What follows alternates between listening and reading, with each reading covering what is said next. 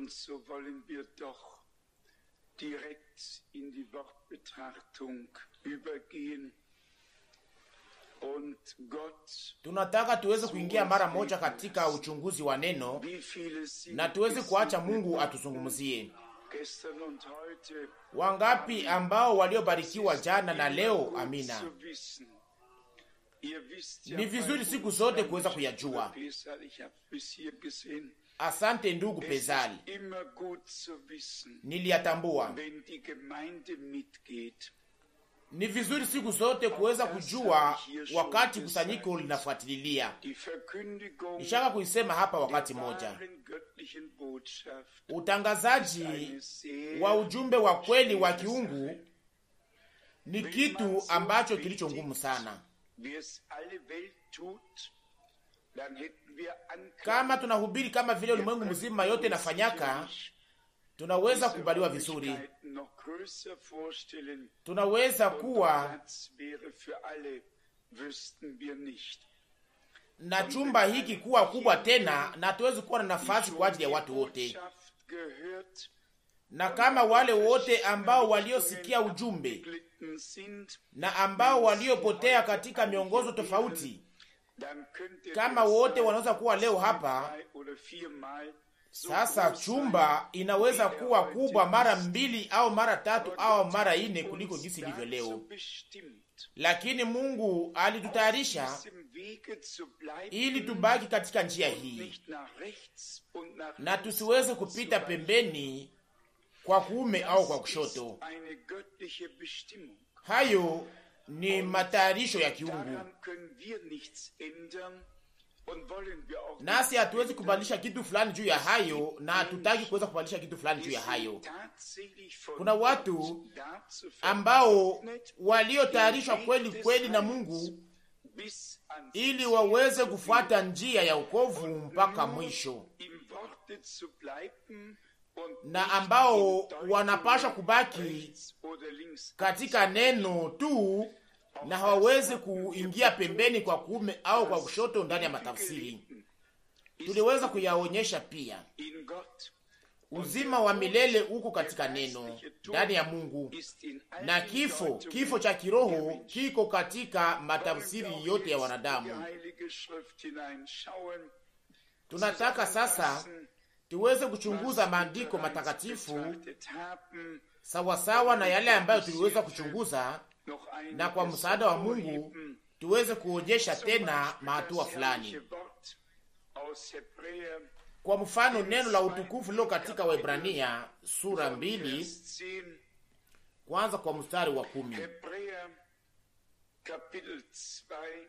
Waebrania sura 2 kwanza kwa mstari wa 10.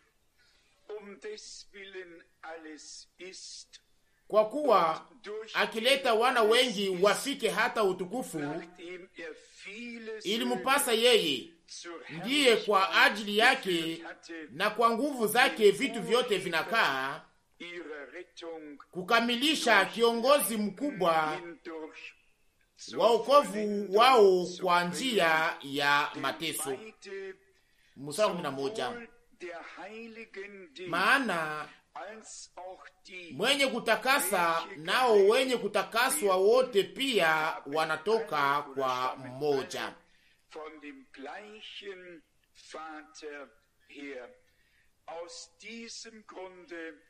Kwa sababu hii haoni haya kuwaita ndugu zake. Mstari 12 akisema, nitahubiri jina lako kwa ndugu zangu, katikati ya kanisa nitakuimbia sifa.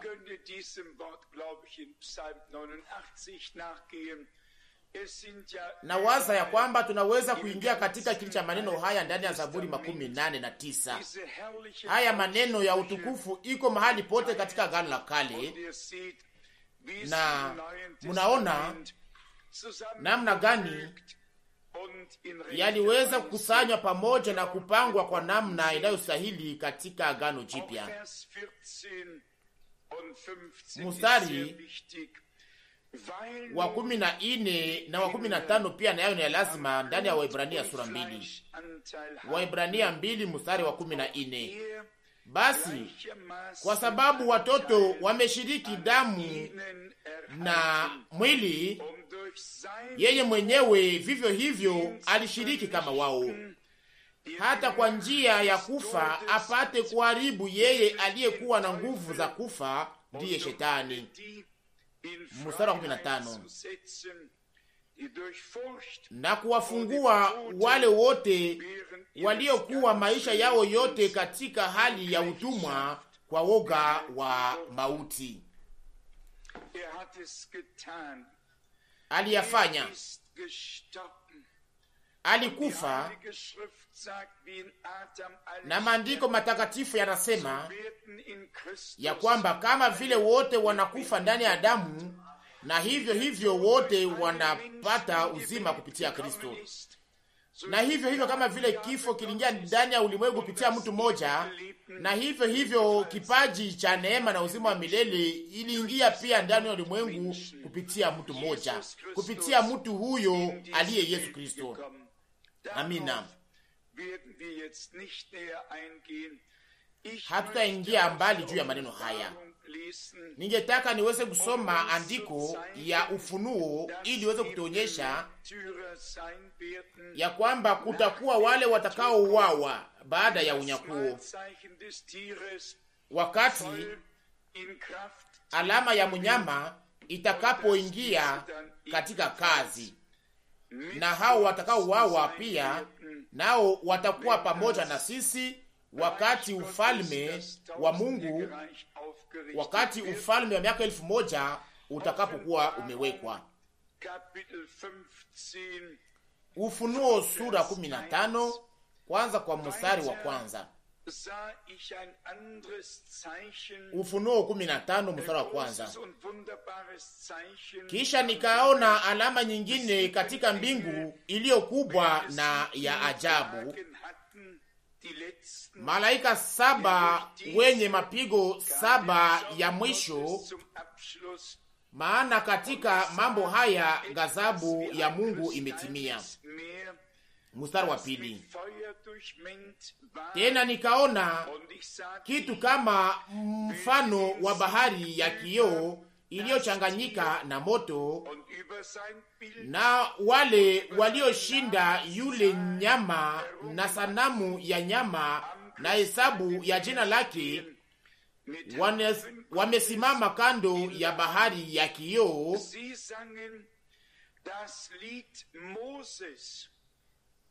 wenye vinubi vya Mungu. Mstari wa tatu.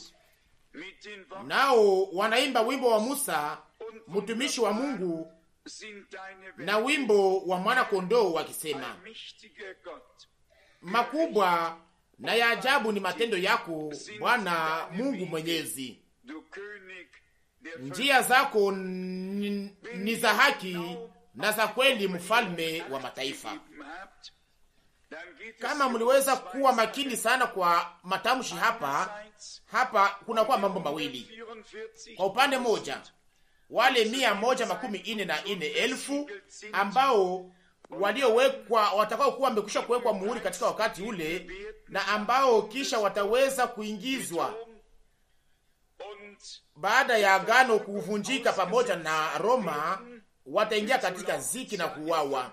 Kwa maana alama au muhuri wa 5 unasema ya kwamba wale ambao waliokuwa wamekwisha kuuawa wanapaswa kuvumilia ili wandugu wao wote waweze kuingia katika kufa kama vile wao pia walivyouawa.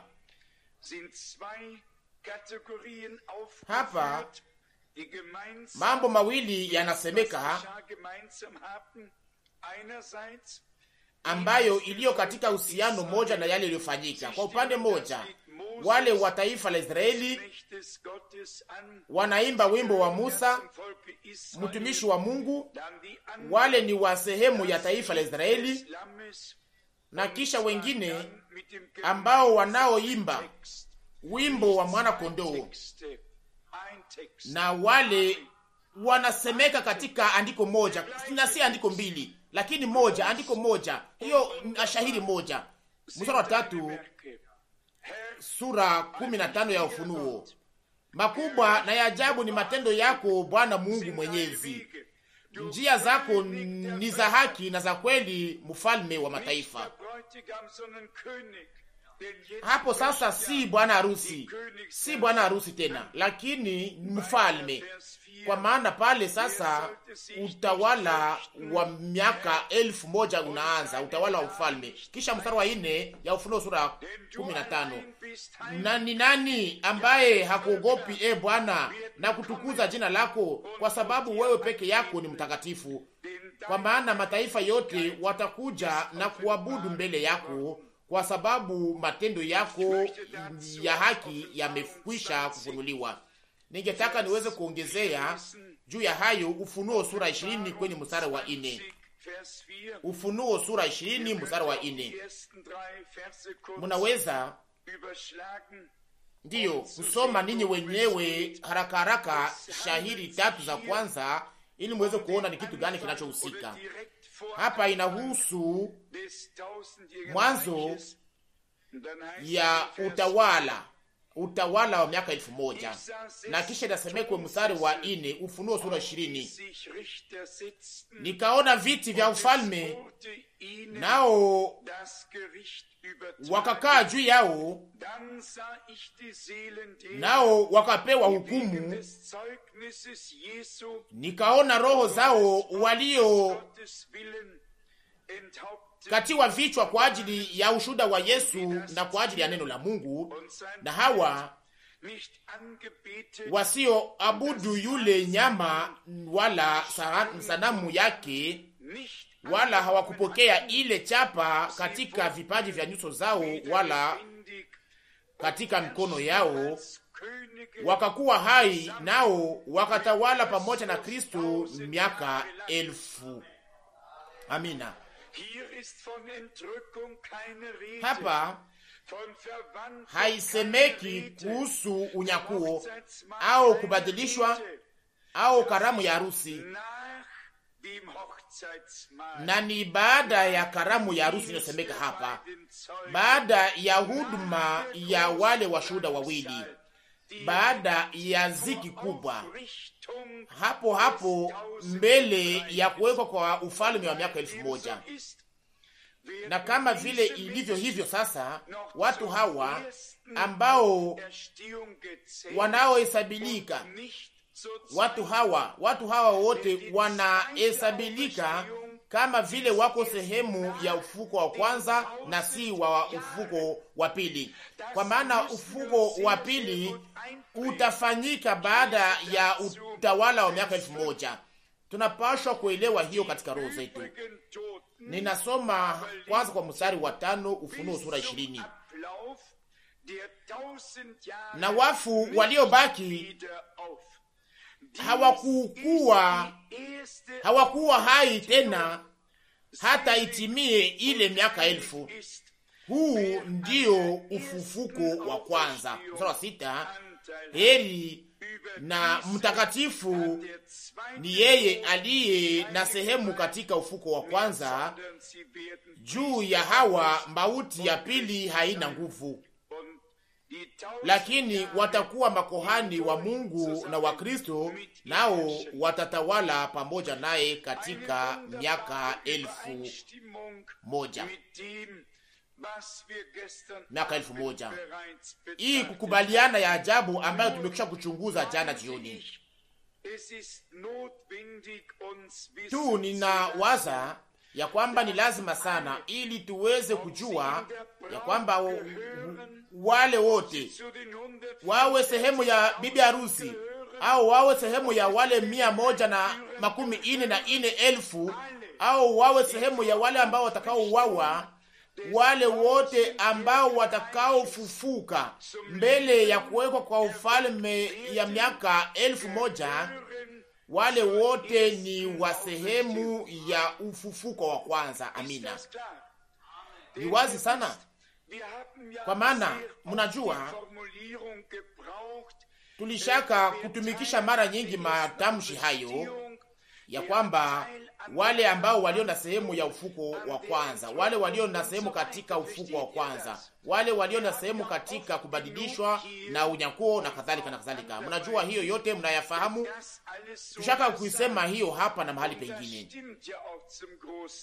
na hiyo ni kweli kwa sehemu kubwa, lakini sio kweli yote kwa ujumla. Kweli yote ni kwamba ya kwamba kuna kundi tofauti ambayo Mungu anaweka wote ambahali wanapaswa kuwa. Na sasa kama wanafufuka mbele ya mwanzo ya utawala wa miaka 1000, hao ni sehemu ya ufuko wa kwanza. Pia wale ambao watakao uawa, ambao watakao utoa uzima wao katika ziki kubwa kwa sababu ya neno la Mungu, kwa sababu ya ushuhuda wa Yesu, na kwa sababu hawakuabudu mnyama na wakuweza kukubali hesabu ya jina lake na kadhalika na kadhalika. Waliobaki waaminifu, kama vile tuliweza kuichunguza na kuyaona, na wanapoteza uzima wao, Mungu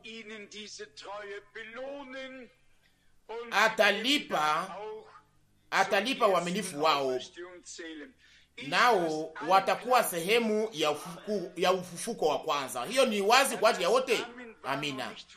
Ndiyo, amina haikuweza kutamkwa na watu wote, na wamoja pali ya kutikisa vinywa vyao walitikisa macho na wakatazama mbele. Na ndugu Rusi anasema ni kusema hayo haikukuwa wazi kwa ajili yao, lakini mtazame wale ambao waliosoma kwa makini sana kitabu cha Mihuri, wale waliweza kuelewa vizuri ya kwamba ndugu Branamu anasema wazi wazi ya kwamba alama ya mnyama itaingia katika kitendo au katika kazi wakati bibi harusi atakapokuwa amenyakuliwa. Ndiyo, tutakuwa na mambo mengi ya kuweza kuteseka ndani, na tunaisikiaka mara nyingi katika nchi fulani, mahali ambapo hatuwezi kupata machumba kwa ajili ya makusanyiko, kwa sababu sisi hatuko sehemu ya hiyo kusanyiko la ulimwengu mzima madhehebu, nao kwa sababu hatuko kundi fulani na kundi fulani, na tunasikia ya kwamba hatufuate njia iliyopana inayoingia katika maangamizi pamoja na hiyo kundi kubwa ya madhehebu.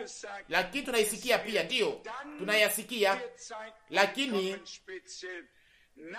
kama vile tulivyosema, wakati utakuja sana sana nyuma ya miaka 3.5 baada ya huduma itakayotimilika ya wale washuhuda wawili, wakati agano itakapokuwa imevunjwa, hapo sasa watakatifu wataingizwa katika mauaji ya yule antikristo katika wakati na nusu ya wakati, na itakuwa sasa hiyo wakati kubwa ya ziki kubwa, hiyo wakati ya ziki kubwa ambamo ndani yake wale ambao watakao kuwa wamebaki, ambao wataweza kunyakuliwa, na wale 144,000 watapoteza uzima wao, na hapo sasa wote nao wataweza kuongezeka juu yetu, na sisi sote pamoja tutakuwa ndani ya ufalme wa miaka 1000 pamoja nao. Mnajua vizuri ya kwamba pale kuna tofauti nyingi au tofauti fulani. Kuna watu fulani kama vile mwandishi wa kitabu kile cha vizazi 7 vya kanisa anashuhudia ya kwamba wakati moto wa Mungu utakaposhuka hapa duniani, yote itafagiliwa, ya kwamba itabaki tu ni majivu, na wale ambao watakao baki wakiwa hai, ya kwamba watakuwa ni bibi harusi na wale 144,000. Lakini hiyo si kweli. Inaomba kusoma andiko zote za Biblia juu ya mambo haya. mwaka nyuma ya mwaka watatoka katika makabila zote ili waweze kuheshimisha na kuabudu mfalme wa falme, na wataabudu na watasherekea karamu ya mahekalu na watashukuru Mungu. Na kama taifa haikuje, hakuna mvua itakayoonyesha juu ya taifa hilo. Na hapo pia tunaona ya kwamba ni lazima sana tuweze kusoma kwa makini sana kila neno la Mungu. Ni kweli imeandikwa ya kwamba siku ya Bwana itakuja kama vile mwizi, nayo itawaka kama vile tanuru, yote itabomolewa kwa shindo kubwa na itabomoka katika moto, itayeyuka. Ujerumani nayo pia, Ujerumani pia iliweza kuunguzwa katika moto wakati wa vita, wakati wa kwa mwisho wa vita ya pili ya dunia. Lakini kulikuwa mabomoko mengi na majifu mengi tunaweza kuyaona, lakini kulikuwa waliokuwa wahai wengi kuliko wale ambao walikuwa wameuawa. Na itakuwa hivyo hivyo pamoja na hiyo mwendeleo wa kusafisha, kama tunasoma ndani ya nabii Isaya ya kwamba waovu wote, wasi wote, wale wenye kiburi wote watakuwa kama vile majani na manyasi. Ni lazima sana tuweze kusoma maandiko mahali ambapo mambo hayaweza kuonyeshwa vizuri, na mahali tunaweza kuona waziwazi na kusema ni hapa ndipo yale yanafanyika, na sio kuweza kusoma tu kwa namna ya ujumla, lakini tukiwa pia na maandiko za Biblia mahali ambapo yale ambayo pasha kufanyika yanaonyeshwa waziwazi. Nasi tunashukuru sana Mungu wetu kwa ajili ya hiyo kwa moyo wote. Tuliweza kupokea hesabu nyingi au wingi na ufunuo iliyo tofauti katika neno kupitia hii ujumbe wa wakati wa mwisho, ambayo sana iko vigumu kuweza kutofautisha au kuchagua yale ambayo inaweza kusemeka au yale ambayo inapashwa kuwekwa kama vile mfano na yale ambayo haipashwi kuonyeshwa kama vile mfano. Niweza kuiwazia wakati nilipoandika kitabu cha mwisho au barua ya mwisho ya mzunguko ambayo itakayoweza kusambazwa na kugawanyika katika siku zinazokuja. Bwana alisema au niweza kuyasema kwa maandishi au kwa maandiko, lakini hayawazia sasa. Bwana Yesu anasema ya kwamba kama vile katika siku za Noa watu walikuwa wakikunywa na kula, walikuwa wakioa na kuoesha wana wao na kadhalika na kadhalika, kulingana na Luka 17:26 na 27. Haikukuwa mambo mageni. Tangu Adamu watu walikuwa wakikula na kunywa, watu walikuwa wakioa na kuoesha watoto wao tangu Adamu, na hiyo inaendelea mpaka leo. Lakini hiyo sio ya lazima sasa. Yale inayohusika hapa ilikuwa naomba huduma ya nabii aliyetumwa na Mungu ili atuambie ya kwamba tangu bustani ya Edeni kuna uzao mbili. Moja ni uzao wa Kaini na ingine ni uzao wa Seti. Na wakati tunapofika kwa Mwanzo sura 6 iliweza kuonyeshwa waziwazi ya kwamba wana wa Mungu, watu wa uzao wa Seti walikuwa wameungana na wanawake wa uzao wa Kaini, wakaungana ili waweze kuanzisha sasa kasirani ya Mungu. Na Bwana alisema ya kwamba roho yangu haitaweza kubaki katika mtu siku zote. Natazama sasa ni mwisho. Mwanzo sura 6 mstari wa 3. Haikukuwa tu kuweza kuoa au kutooana au kusherekea kitu fulani au kutosherekea. Kama ilikuwa ni mchango hapa ilikuwa ni mchango, hapa ilikuwa ni kuchanganyika, ndio liamsha kasirani ya Mungu. Naomba kuyajua hiyo sasa. Watu wote wanajua kitu cha kwanza. Hasa muulize leo kwa mwinjilisi yoyote wa kwenye redio au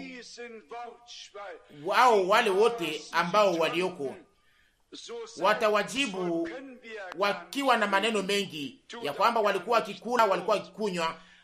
Hatuwezi kuyazungumzia, ndio, au kuyazungumza kwa upako, hiyo si ya lazima pia, lakini hawaonake yale iliyo ya lazima, na ni hapo ndipo kunakuja ufunuo.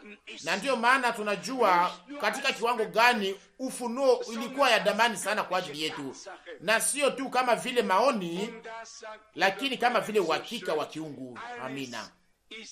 Na ndugu Branamu anayasema hapa vizuri ya kwamba yote ni ufunuo, yote inajengwa juu ya ufunuo. Anasema pia imani nayo ni ufunuo, na ufunuo ni imani.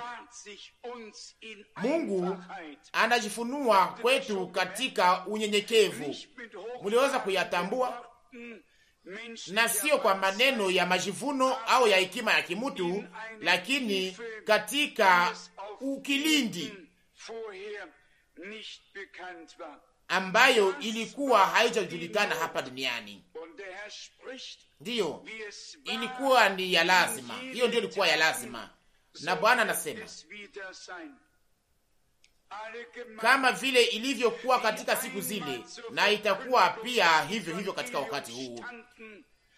Makanisa zote ambazo zilizoweza kusimama imara katika utangazaji, katika utangazaji wa Injili, habari njema, mpaka hii kipindi cha Pentekosti, sasa wote wako naingia katika hii shirika la umoja wa madini kupitia Roma, na waingia wote katika maangamizi. Naweza kusema hii ni kweli? Ndiyo, hii ni kweli. Tuliweza kuyachunguza pia asubuhi hii. Ujumbe wa kiungu ni huu: taifa langu, mutoke katikati yao, mukatengwe na wote, musiguse kitu kichafu, kulingana Wakorintho wa pili sura 6 mstari 17. Imesemeka pia ya kwamba kujeni nyote, kuna neema kwa ajili yenu nyote, au kuna nafasi kwa ajili yenu ninyi nyote. Basi Mungu alituma nabii ili aweze kuleta ujumbe wa kuita kutoka, na wale wote ambao wasiosikia, hiyo inaweza kuwezekana kama vile ya kujipendeza au ya kushangilia tu, lakini wale ambao wasioweza kusikia ujumbe wa kiungu katika wakati huu, mwito wa kiungu, ni kusema wale hawatasikia Mungu, hawasikie Mungu, wanafuata njia yao na wanaingizwa katika gereza ya hiyo mipango ya wanadamu, na wanaongozwa katika wanaingizwa machinjoni na hiyo pasipo kujua. Lakini kwa neema ya Mungu tuliweza kutofautisha mambo mawili hapa, na hayo yanapaswa kubaki hivyo mpaka tuweze kutoka kwenye imani tukiona tuliyoamini.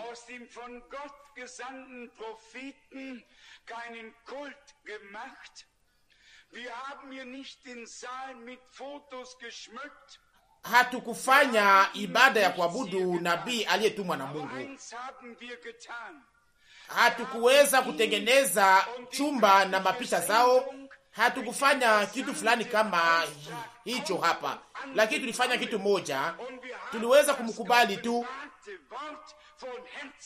yeye na kutumwa kwa kiungu na kazi yake yote, na tuliweza kuamini kwa moyo wote neno lilofunuliwa, na hiyo ndiyo ya lazima.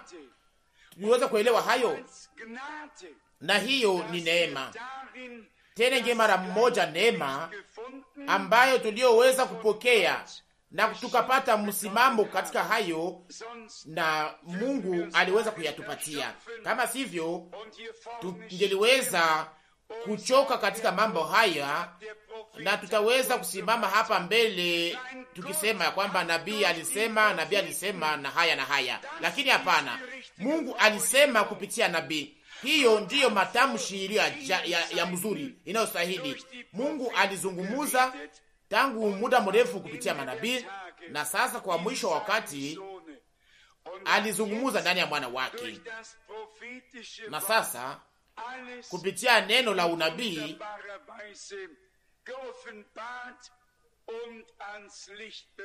aliweza kufunua yote kwa namna ya kimaajabu na akayaweka kwenye nuru. Na waza sasa kwa kulinganisha katikati ya mwana wa mtu na mwana wa Mungu.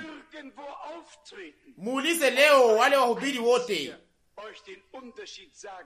ambao wanaonekana mahali pote, kama kuna mmoja wao ambaye anayeweza kuwaeleza tofauti katikati ya mwana wa mtu na mwana wa Mungu. Na hapa sasa kuna kuja swali sasa, kwa sababu gani naandikwa kila wakati ya kwamba kama munaona mwana wa mtu akipanda mahali alipokuwa mbele, kulingana na Yohana 6:62.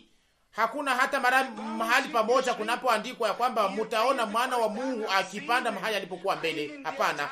Hasa kwa sababu gani naandikwa ya kwamba mutatamani muone siku moja ya siku hizi kuona mwana wa mtu, lakini hamtamuona. Sasa kwa sababu gani naandikwa ya kwamba mwana wa mtu wakati atakaporudi atapata imani hapa duniani, kulingana na Luka sura 18:8. Sasa kwa sababu gani mwana wa Mungu atapata imani wakati atakaporudi? Wa ndugu zangu wapendwa wangu, yeye imekuwa wazi kwa ajili yenu. Tunapaswa kuelewa kwa sababu gani hii inaandikwa hapa hivi na hii inaandikwa huko, na inakuwa na uhusiano gani katika mambo haya. Tushakaingia katika kilindi cha mambo haya, ndugu Rusi, tushakaingia katika kilindi cha mambo haya. Iko wazi kwa ajili ya watu wote. Ndiyo, muniambie wangapi au tunapaswa tena kupokea mafundisho mpaka wakati gani? Hatuwezi kuingia katika sehemu inayofuata. Mafundisho ingepaswa kuwa imetosha. Ninasoma ndani ya Injili ya Luka sura 18:8. Luka 18:8. Ninawaambia ninyi atawapatia haki mbio, lakini wakati mwana wa mtu anapokuja ataona imani katika dunia? Na si mwana wa Mungu. Ninasoma shahidi inayojulikana vizuri ya Yohana sura 3. Yohana sura 3:13. Na hapana mtu aliyepanda mbinguni ila yeye aliyeshuka toka mbinguni, ndiye mwana wa mtu aliye mbinguni. Tena inge mara moja mwana wa mtu.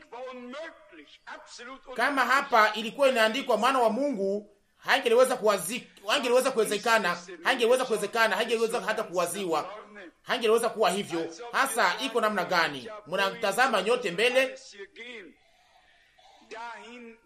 mkiwa katika umakini sana. Kama mnaweza kuyasema haya yote, nenda wapi? Haya yote inataka kutuchukua mpaka wapi?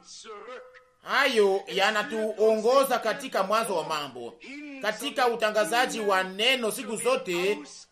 Utangazaji wa neno siku zote inaturushaka katika ufunuo wa kiungu, inatuleta mahali fulani, haituletake mahali fulani pengine, lakini inatuletaka katika mwanzo. Mtazame pia ndugu Branamu aliweza kuyatamka waziwazi. Kuna kulinganisha ya pili, kama vile ilivyokuwa katika siku za Sodoma, na itakuwa hivyo hivyo katika siku za mwana wa mtu, ndani ya Mathayo sura 24:37. Na hapo pia Bwana alikuja kwa Abrahamu akiwa katika sura ya mtu, akakaa pamoja naye, na Abrahamu alikuwa ameua ndama. Pale pia ndiyo kuna hapa duniani watu wanaokula majani tu, lakini Mungu hawezi kuwa pamoja nao. Lakini kwa kuwajulisha ninyi, mara nyingi mahabari zinakuwaka kama vile za kuhuzunisha. Watu wengi wanaishi hayo, lakini hapa Bwana alikuja kwa Abrahamu. Naweza kuyasoma Mwanzo sura 18. Na Abrahamu akaua ndama, akatayarisha chakula, na Bwana akiwa katika sura ya mtu. Na hiyo ndiyo ndugu Branham anasema ya kwamba Bwana alikaa na akaosha miguu. Hakukuwa mwana wa Mungu, ilikuwa mwana wa mtu aliyejifunua kwa sura ya mtu, na akakula na kunywa kama vile Melkisedeki alikuwa mwana wa Mungu kupitia kuzaliwa. Sawa sawa, wewe ni mwana wangu, leo nimekuzaa. Zaburi 2:7. Na mtu ambaye atakayezaliwa toka kwako ataitwa mwana wa Mungu, Luka 1:35. Na hivyo sasa tunaweza kurudi kwa neno la unabii nalosema ya kwamba jina lake ni mshauri, Mungu mweza yote, baba wa milele, mfalme wa salama, kulingana na Isaya 9:5. Lakini ni kitu gani kinachosemeka mbele? Mwana amezaliwa kwetu. Alikuwa hajazaliwa mbele ya hayo, alikuwa hakuzaliwa mbele ya hiyo. Mbele alikuwa Bwana. Na kama mnasoma Waebrania 7, wakati alipokuja kwa Abrahamu, yeye kama vile mfalme wa Salamu au mfalme wa Salemu, wakati alipokuwa ameshinda wafalme, alikuwa hana baba, hana mama, alikuwa hana wazazi, alikuwa hana ndugu na dada. Mshaka kuyasoma hayo Waebrania sura 7. Iliweza kuandikwa pia na sio tu ndani ya Mwanzo sura 14. Kama mnaweza kuelewa ni kitu gani kinachohusika, nuru ya kiungu katika mambo yote. Yeye kama vile mwana wa Mungu angepashwa kuonekana katika mwili ili aweze aturudishe sisi ambao tulio wana wa watu. Angepashwa kuturudisha akitufanya sisi wana, sisi ambao tuliokuwa wana wa watu atufanye kuwa wana wa Mungu. Na hiyo nayo ni ya lazima sana. Wakati Stefano alipoona Bwana Yesu ndani ya utukufu, hakusema ninaona ya kwamba ninaona mbingu zinafunguka, ya kwamba ninaona mwana wa Mungu akikaa kwa kume kwake. Hiyo ni umbavu, hiyo haikwake. Lakini alisema ya kwamba ninaona mwana wa mtu. Ni mwana wa mtu ndiye anayetembea katikati ya vinara 7 vya dhahabu, kulingana na Ufunuo sura 1:13. Ni lazima sana tuweze kujua namna gani Mungu alijifunua, ili tuweze kuonyesha na kupanga hayo maufunuo yote kwa namna ya kibiblia.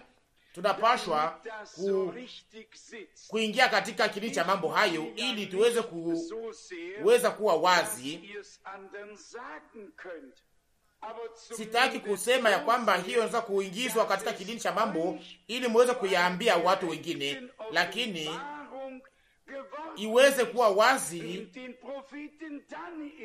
na iweze kuwa ufunuo ya hapo hapo ya Mungu kwa ajili yenu. Mkamate nabii Danieli, wakati ilipokuwa imetabiriwa kuhusu mwana wa mtu, aliona mtu ambaye aliyekuwa akifanana na mwana wa mtu na sio aliyefanana na mwana wa Mungu. Mweza kuisoma ndani ya Danieli sura 7.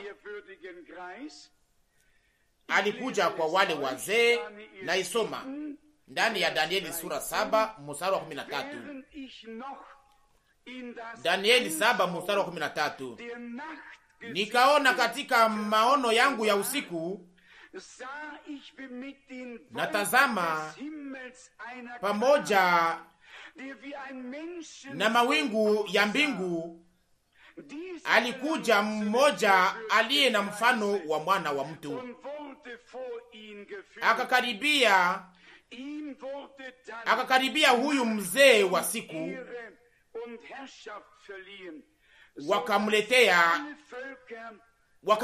wakamuleta karibu naye. Mstari 14, akapewa mamlaka na utukufu na ufalme, ili watu wote, mataifa yote na lugha zote wamtumikie. Mamlaka yake ni mamlaka ya milele isiyopita kamwe, na ufalme wake ufalme usioweza kuangamizwa.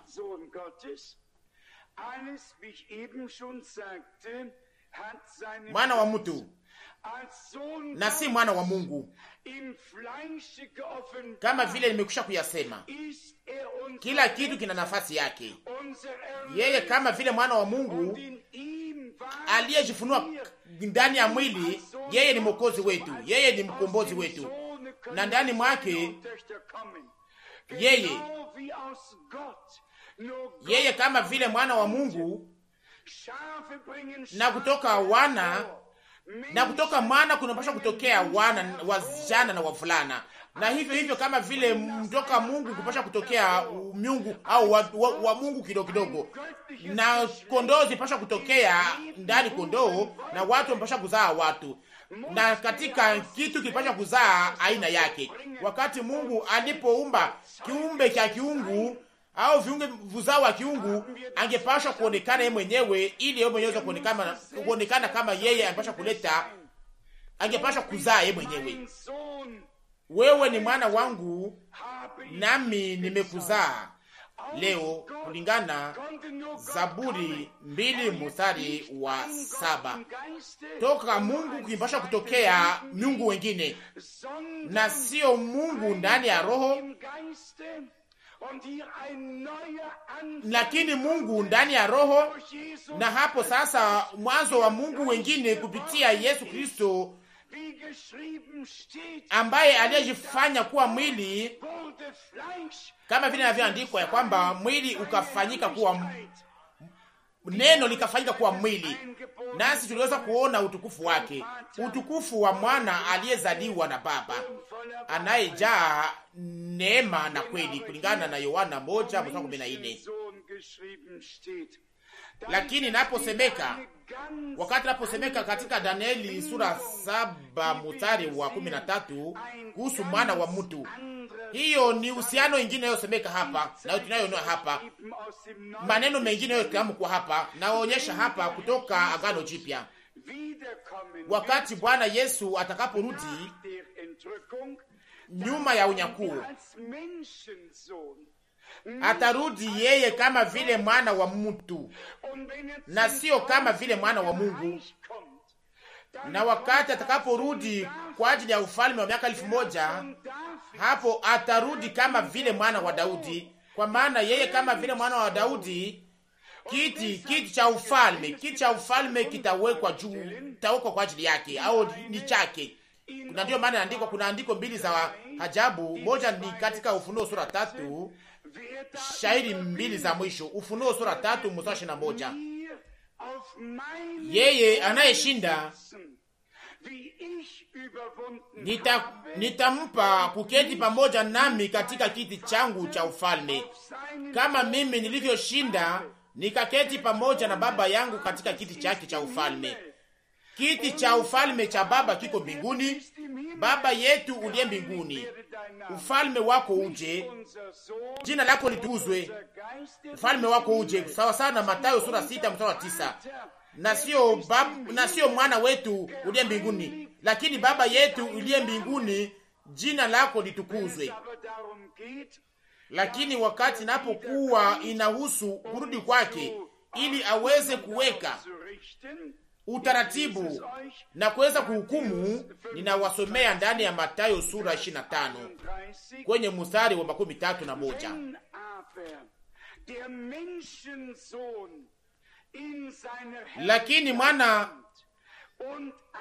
Lakini wakati mwana wa mtu atakapokuja katika utukufu wake na malaika yake pamoja naye, halafu ataketi juu ya kiti cha utukufu wake.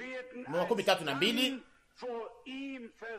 Na mbele yake mataifa yote watakusanyika, kama mtu fulani anaweza kubadilisha hapa neno na inayoandikwa ya kwamba mwana wa mtu na kuweza kubadilisha neno mwana wa mtu au mwana wa Daudi na kuweza kubadilisha na mwana wa Mungu, hiyo itakuwa ni uwaji, na hiyo haiwezi kuwaziwa au kuwezekana. Mnajua ya kwamba hakuna barua moja ndani ya Ufunuo, hakuna hata andiko moja au maneno mmoja ni katika mabarua toka wa Roma mpaka Yuda, hakuna hata neno moja lililoandikwa ndani inayotamkwa kuhusu mwana wa Daudi au mwana wa mtu, lakini inaandikwa kuhusu mwana wa Mungu. Kwa sababu gani? Kwa sababu hiyo ilikuwa inalinganishwa na kanisa, ilikuwa na uhusiano pamoja na wokovu, ilikuwa na uhusiano pamoja na ujenzi, pamoja na yote, lakini ikilinganishwa siku zote pamoja na kanisa, ilikuwa na uhusiano na kanisa. Na ndio maana wakati napohusu hiyo, niwache niwasomee ndani ya Waroma sura 1. Hapa haiwezi kusemeka kuhusu mwana wa mtu, lakini hapa inapaswa kuwa mwana wa Mungu, haiwezi kuwa tofauti na hayo. Waroma sura 1 kwanza kwa mstari wa kwanza. Waroma 1 mstari wa kwanza. Mimi Paulo, mtumwa wa Yesu Kristo, aliyeitwa kuwa mtume, aliyewekwa kuhubiri habari njema ya Mungu. Mstari wa pili. Mungu aliyoahidi kwa vinywa vya manabii yake katika maandiko matakatifu. Mstari wa tatu. Habari za mwana wake aliyezaliwa katika jamaa ya Daudi kwa namna ya mwili, na kuonyeshwa kuwa mwana wa Mungu kwa uwezo kwa namna ya Roho ya utukufu. Amina. Kama mwana wa Mungu, mtambue hii, na sio mwana wa Daudi na sio mwana wa mtu, lakini kama mwana wa Mungu. Yeye kama vile mwana wa Mungu, ukombozi, wokovu, neema. Amina. Yeye kama vile mwana wa mtu, sehemu ya unabii, ya huduma na yale yote ambayo anayokuwa na uhusiano na unabii wa Biblia. Na kisha sasa, kama vile mwana wa Daudi, yeye atatawala. Amina. Tuliyasoma hapa, huyu alitoka katika uzao wa Daudi. Mstari wa 3 wa Roma sura 1. Hiyo nayo hapo pia maswali fulani za kubaki pasipo na jibu. Walishaka kuniuliza swali inayosemeka ya kwamba kwa sababu gani angepashwa kuwa mwana wa Daudi. Pia hata matamshi ya kwamba nitawapatia ahadi za neema zisizoweza kutikisika zilizopewa kwa Daudi. Naamini ya kwamba hiyo inaandikwa ndani ya nabii Isaya. Na swali ilikuwa sasa, hizo ahadi ni ahadi gani ambazo Mungu alitaka kutupatia? Tuone kama niweza kupata andiko hiyo. Tazama, iko hapa Isaya 55 mstari wa 3.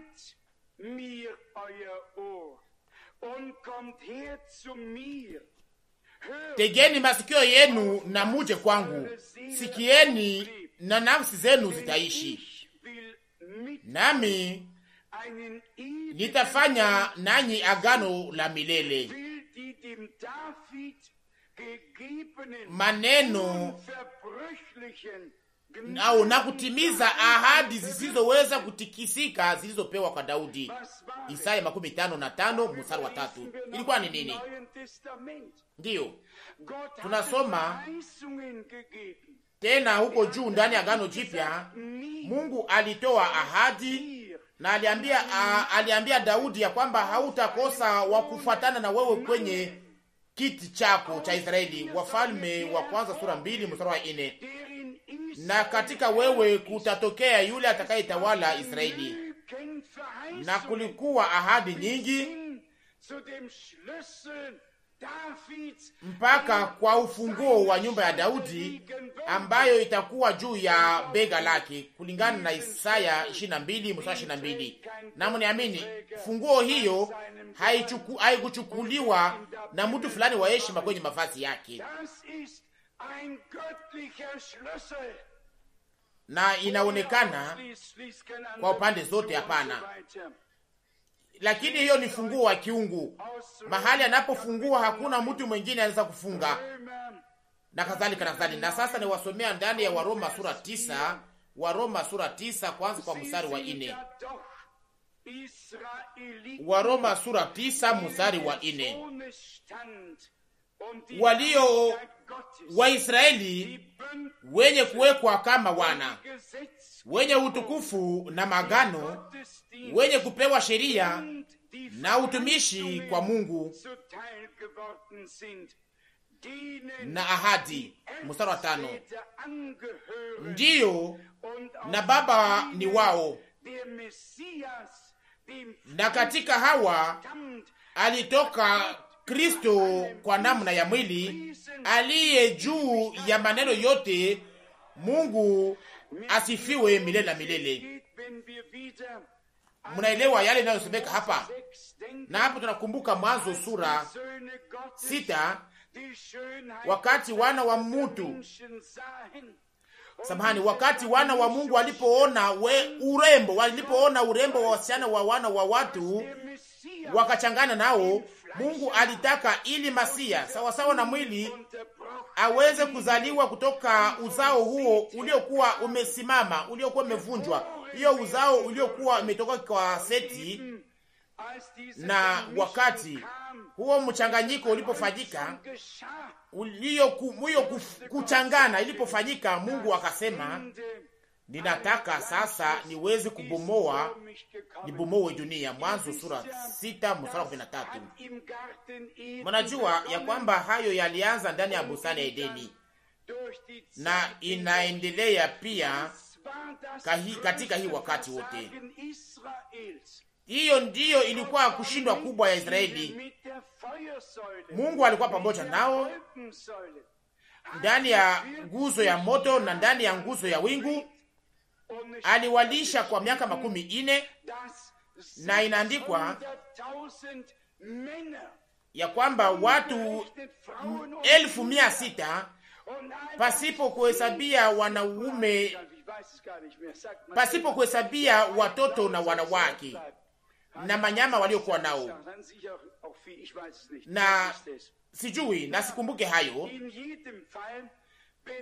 lakini hakuna ukucha ambayo pasha kubaki. Kama sijue kama ni ndugu Herman Zaid aliyesema, iwe pia mafugo sijue, lakini muwazie yale ambayo Mungu aliyowapatia. Kuna mtu aliyeweza kuhesabia, niweza kuipata hiyo vizuri. Sijawahi kupenda matematiki au hesabu, lakini kuna mmoja anaweza kuhesabia ya kwamba mtu angeweza kuwa na hitaji kila siku ya magari kubwa ya toni 20 ili iweze kulisha hiyo mamilioni zaidi ya 2 ya watu, na hakuna kamio hata gari kubwa moja iliweza kuja. Hakuna mtu aliyekuwa na hitaji ya kuja, yote ilikuwa ikitoka mbinguni. Amina, yote ilikuwa ikishuka kutoka mbinguni. Lakini kulifanyika nini baadaye? Walikuwa wamekwisha kuchoka na wao wenyewe, na kisha kukakuja nabii wa uongo aliyeitwa Balaamu, ambaye alikuwa haiko sehemu ya taifa la Israeli, lakini ambaye aliyekuwa mkohani wa Kimediani. Na wale wote ambao waliokuwa pale walitaka kitu fulani kiweze kufanyika, na taifa hilo likakuwa lenye nguvu la kuwaka, walikaendelea mbali na kadhalika. Hesabu 22 mstari 11. Na wakati wote hangeliweza kulaani, lakini angepasha kubariki, kwa maana yule ambaye Mungu aliyebariki hakuna mtu anaweza kumlaani. Na kama angejaribu, laana ingeliweza kugeuka juu yake. Hasa alifanya nini? aliweza kushauri Waisraeli waweze kuchangana na Wamediani na Wamoabu na wengineo, na alikuwa akisema ya kwamba tunatumikia Mungu moja, lakini hapana, kwa maana Mungu alikuwa amechagua taifa la Israeli peke yake na si mataifa mengine. Lakini tazama, kulikuwa tena mchanganyiko na watu 23,000 wakakufa siku hiyo moja. Mungu anataka matengano, adui anataka yeye mchanganyiko, na katika hayo ndiyo tuliweza kupokea funzo kubwa na funzo nzuri. Hata kama tuna mashaka ya kuweza kutengana kitu fulani, Mungu anakuwa macho ili tuweze kutengana haraka haraka kuliko gisi hatuwezi kuyafanya sisi wenyewe. Kama tunashakia au kujizuiza kuweza kutoka na tunawaza kwamba hiyo itatembea tena vizuri, na hapo sasa tutatupwa nje. Ndiyo, na ni hivyo ndivyo anafanyikaka pamoja na Mungu. Kama mtu fulani anaweza kuchelewa, Mungu atasaidia, hata kama inaweza kuwa ikifanyika kupitia mtu mwingine. Kwa hiyo hatuwezi kubaki katika mambo yote ambayo isiyokubaliana na Mungu na pamoja na neno la Mungu.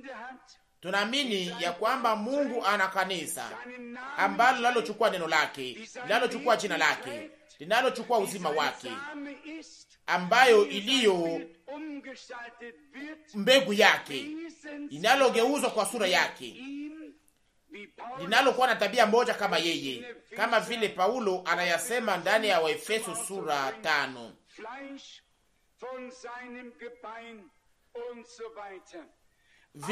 Viungo vya mwili wake na kadhalika na kadhalika,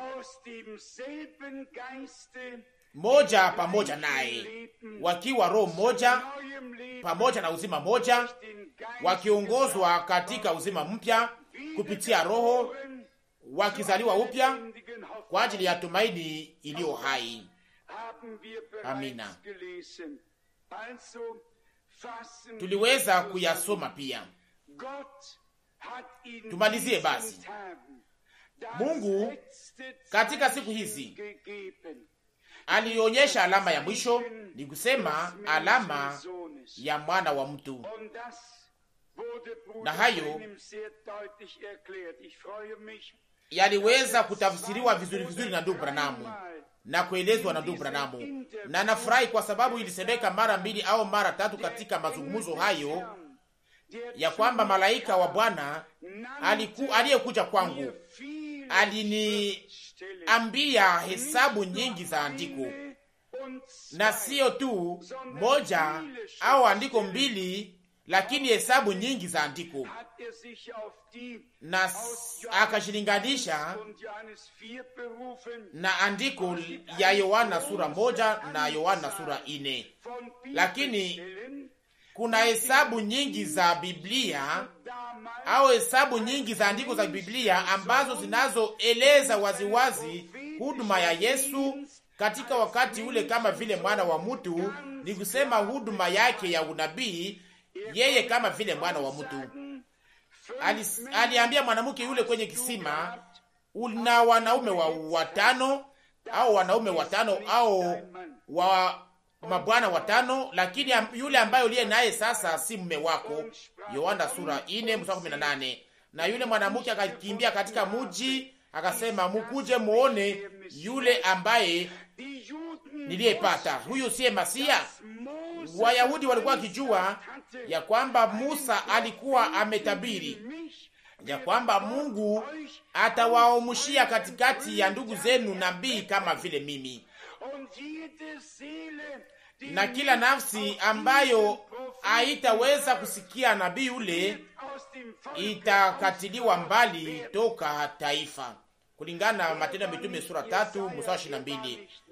Haikukuwa Isaya, haikukuwa Musa, lakini ilikuwa ni Mwokozi yeye mwenyewe, Bwana mfalme wa wafalme. Amina.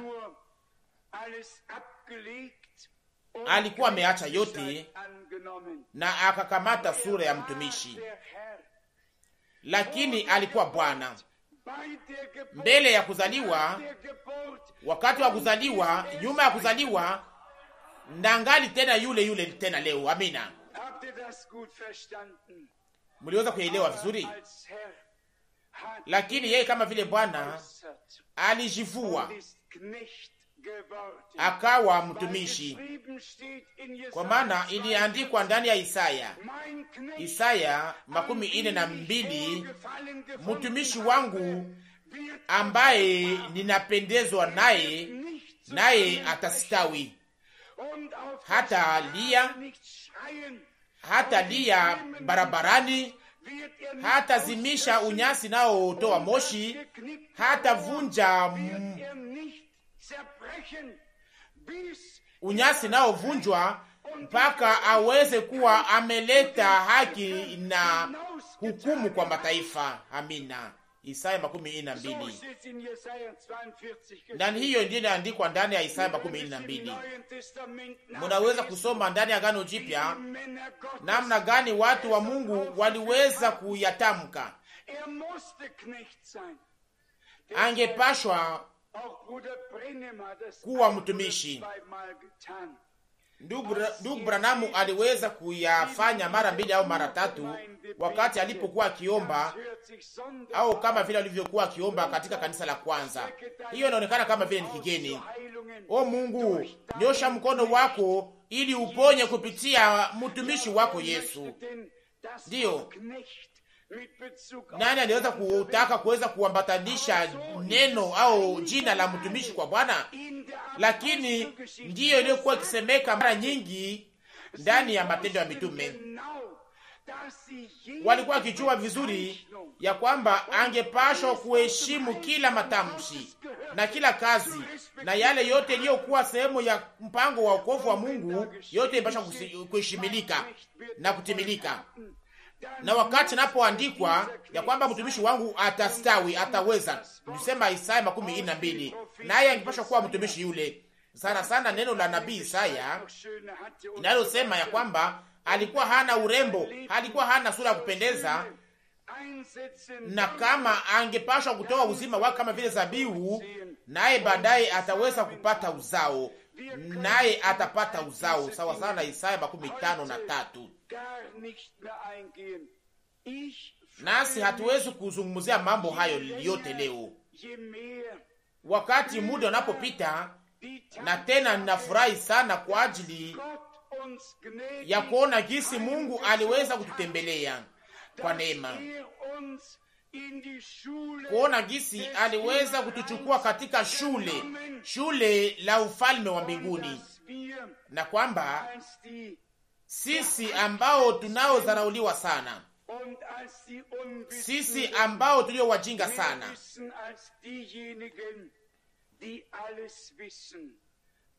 na sasa tunajua zaidi kuliko wale wanaojua mengi. Amina.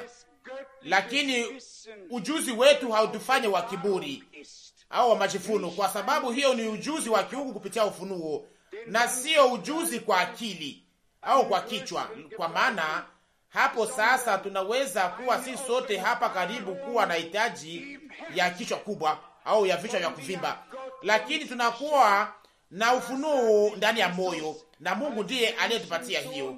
Yesu alisema nini kama vile mwana wa mtu? Ya kwamba Baba uliye mbinguni, Baba Bwana uliye mbinguni. Mnaamini hiyo? Bwana uliye mbinguni, Luka sura 10:21. Yeye alikuwa Bwana. Leo Kristo amezaliwa aliye Bwana. Anasema Baba, Bwana wa mbinguni na wa duniani, ninakusifu kwa sababu ulificha mambo haya kwa watu wenye akili na wenye elimu nyingi, lakini ukayafunua kwa watoto wachanga, kwa maana hiyo ndiyo ilikuwa ikipendeza. Luka sura 10:21.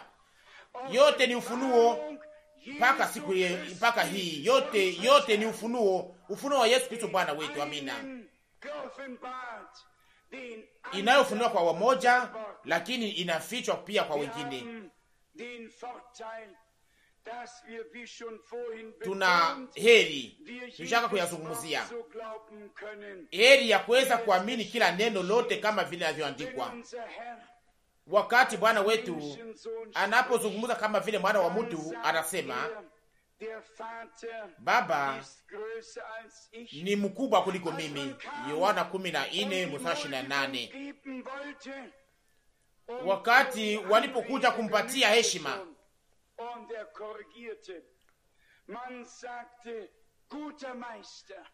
na pamoja na matamshi mamoja tu aliweza kuwakosoa. Walisema mwalimu mwema, na ilikuwa imemalizika. Akajibu, hakuna mwema ila Mungu peke yake, Marko 10:18. Na watu wanamtazama, wanawaza hasa kulifanyika nini? Hakuna mwema ila Mungu peke yake. Anatukataa. Ndiyo, alikuwa katika sura ya mtu, alikamata sura ya mtumishi, alipashwa kugeuka kuwa wa kufanana na wewe na mimi. Ndiyo, aliweza kulia msalabani, Mungu wangu, kwa sababu gani uliniacha? Mathayo sura 27:46. Aligeuka kuwa mtu ili aweze kushangiliwa. Hakugeuka kuwa mtu ili aweze kushangiliwa kama vile Mungu. Hapana, alijifanya mtu ili atufungue, ili sisi watu atutoshe katika unyonge, ili atukomboe kutoka katika kifo, na aweze kutoa kifo, atunyanganye nguvu za kifo, ili aweze kuonyesha nuru, ili aweze kuonyesha hiyo kuonekana kwake kusiyoweza kuharibika. Lakini hatusimamie pale, lakini tunasonga mbele na tunafurahi kwa ajili ya hiyo, kuona jinsi hayo yalifanyika. Lakini waandishi wanakamata andiko hizi zote za Biblia na wanapata pia Bwana ambaye angepasha kuomba. Bwana yeye hana hitaji ya kuomba. Bwana aliabudu, lakini yeye kama vile mwana wa mtu, yeye kama vile nabii aliomba. Alienda mbali kwa kutupa mjio kwa mkono, akasujudu, akaomba. Haikukuwa mchezo, ilikuwa ni uhakika. Mnaweza kuniamini, alikuwa mtu, alikuwa akifanana, alikuwa akisikia yale ambayo mwanadamu anaweza kusikia. Na nashukuru Mungu kwa sababu aliweza kusikia katika mwili wake, na kama sivyo angeliweza kutuhukumu kutoka juu mbinguni bila hata kuweza kusikia yale ambayo tunayosikia.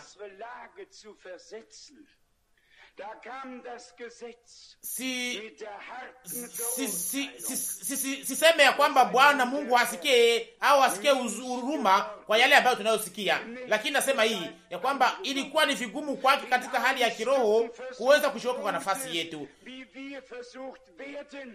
Lakini sasa wakati alipokuja, wakati alipokuleta hukumu na sheria, lakini hapo sasa Bwana alipojifanya kuwa mtu, akafanana na watumishi, akajaribiwa kama vile sisi wanadamu, ili yeye kuhani mwaminifu na kuhani mkubwa aweze kuonekana kwa mfano wa na sio kwa mfano wa Aroni, lakini kwa mfano wa Melkisedeki aliye mfalme wa salamu, ambaye alikuwa hana mwanzo na ambaye hatakuwa na mwisho. Amina. Si ajabu kuweza kujua hiyo, kuweza kujua namna gani ya kuyapanga.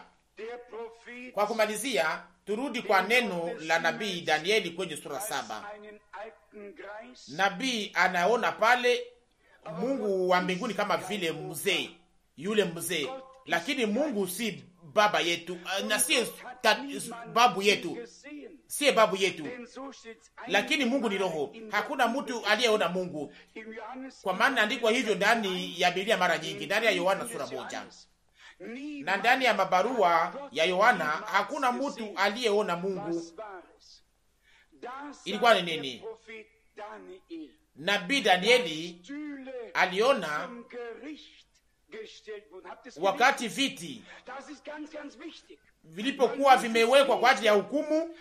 Unaweza kusoma hiyo, unaweza kuyaona, unaweza kuyasoma. Ni lazima sana ili muweze kujua hayo yaliweza kuonekana na kuweza kuonyeshwa namna gani. na kuandikwa namna gani. Aliona viti vikiwekwa na akaona kiti kimoja, inasemeka kwa ajili ya hukumu. Nasema Danieli 7:9 na 10. Na hapo tunaona Bwana Mungu yeye kama vile mhukumu au mwamuzi. Mweza kuisikia ndugu Branham akisema akilinganisha na nuru na wingu, yeye kama vile alionekana kama vile mhukumu, kama vile mwamuzi, na sio kama vile mwokozi, kama vile mwamuzi. Na Mungu aliweza kuyatamka katika mifano kama hii. Wakati tunaposoma Agano la Kale, unapata kwa mfano matamshi inayosema kwamba alitufunika chini ya mabawa yake. Sasa Mungu anakuwa na mabawa? Sasa nauliza, kama ni kweli, tangu wakati gani? Hayo ni matamshi tu. Niweza kuyasoma wakati fulani ya maelezo ya watu yanayotangaza na kuweza kutafsiri Mungu. Lakini Mungu alishughulikia mahitaji zetu zote katika hali yote, naye anaendelea kufanya hivyo. Lakini Mungu yeye iko na anabaki kuwa katika hali yake au katika tabia yake wa roho, naye anaweza kujifunua kama vile anavyotaka, wakati anavyotaka na mahali anavyotaka, na kama vile hayo inavyolingana na mpango wake wa wokovu wa kiungu. Na kisha mnaona hapo sasa katika hali gani mwana wa mtu alikuja na akapewa uwezo juu ya mataifa yote, juu ya malugha zote na mataifa yote. Yeye kama vile mwana wa Mungu alikuwa na kazi ya kuweza kutoa uzima wake, damu yake, ili kwa ajili yetu, kwa ajili ya kutukomboa. Hakuna mtu anayeweza kusema ya kwamba mwana wa mtu usamehe dhambi zangu.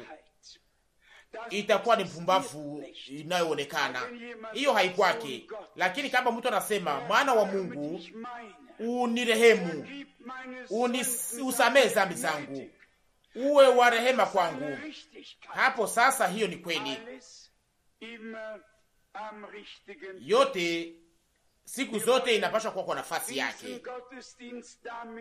Ni pamoja na hayo ndiyo tunataka tumalizie makusanyiko haya ya kiungu, na tuweze kushukuru Bwana leo kama vile haijawahi kuwa mbele, kutoka kili cha moyo, kwa ajili ya maandiko matakatifu, kwa ajili ya ufunuo wa Yesu Kristo, kwa ajili ya ufunuo wa siri zote za maandiko na yote ambayo inayolingana na hayo, na kwa mwisho kwa ajili ya kutumwa kwa mtumishi wake nabii ndugu Branham, kwa maana tunamkubali sisi sote kwa namna iliyo wazi. Tungeliweza kuwa tukipapasa katika giza, tungeliweza kupita pembeni kama vile wengine wote, kama Mungu hangeliweza kutuma mtumishi wake nabii wake ili aweze kutuletea neno katika jina la Mungu, akiwa chini ya kutumwa kwa kiungu, na akaweza kututangazia mambo haya yote ili yaweze kufunuliwa kwetu kupitia Roho. Hatuko sehemu ya wale ambao wanaobaki nyumbani kwao na kusema, oh, Mungu atanifunulia yote, kama vile alivyofunulia ndugu Branham. Lakini sisi ni sehemu ya wale ambao wanaokuja kwenye utangazaji wa neno la Mungu, na kupitia mahubiri ya neno tunawekwa nguvu ndani ya imani, na tunaona yote kwa namna iliyo wazi na kwa uhakika, na tunaingia katika nuru mpaka nuru ingine, na ujuzi mpaka ujuzi ingine, mpaka tuweze kutoka katika imani tukiona tuliyoamini. Wangapi wanaofurahi pia kwa ajili ya weekend hii, kwa sababu Mungu anatuzungumzia na anatenda na anaweka furaha ndani ya mioyo yetu, furaha kwa ajili yake na furaha kwa ajili ya yote aliyofanya katika jina lake, au kwa jina lake apewe sifa, utukufu milele na milele. Amina, amina.